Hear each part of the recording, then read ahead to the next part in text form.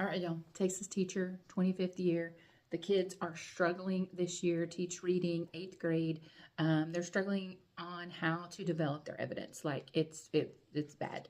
And so I just kind of had to throw everything away and start over. And so here's what I kind of came up with that I'm hoping, this is what we did today. So I'm hoping that it's going to help in the future. And we're going to keep doing this. We're going to do this at least once a week to show them it's not that hard to develop their evidence that they choose. So what I did is I chose task cards. Like go to TPT.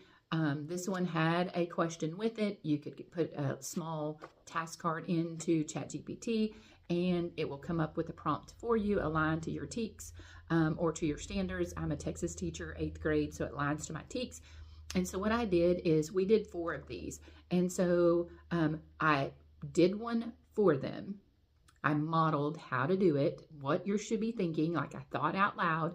And then the second one, we did it together. And then I gave them index cards for their last 2. And I'm going to show you the battle that we're doing. I've only had 1 class, so I've got some more throughout the day. So let me show you what I did. So I actually put it on the board. I'm going to show you the sheet that I gave the students and what we did together. So here we go.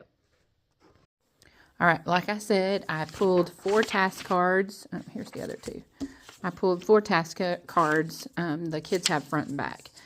So they had the 4 that they had to do. I did 1, we modeled 1, and then they did 2 on their own. They got this sheet that they had to fill out. So it had the 4 passages, 4 little task cards right here. And then after they wrote this down, then they would get an index card and they would write their answer on here because we're going to battle it out because competition is always the best and they always work harder when they think they're going to get something for it. Right or wrong, that's how I motivate my kids. So let me show you what the kids have put up or the 1 class that I have so far. All right, so this was 1 passage that we did, the opposite of fate. I gave them the controlling idea. I gave them the evidence that I wanted them to use. And so they need to use that evidence to back up their controlling idea with reasoning. And they had to come up with 2 developed sentences that backs up the evidence and the controlling idea. And so then this is what I came up with. And they heard my thought process as we went through. So I put, she understands memory. Memories cannot always be controlled or preserved. Her effort to hang on reveals her desire to hold her experiences, suggesting she is aware of how time and memories shape how we remember. But anyway, so this is what the kids had to do. So I literally walked them through this and my thoughts and how I came up with these 2 sentences to develop that piece of evidence. This would be for SCRs or ECRs. So let me show you the paper that the kids got. All right, so here are the 2 passages they had to do on their own. You can see I only have 1 class up, and I use grouper.school to group my kids, so it's groups.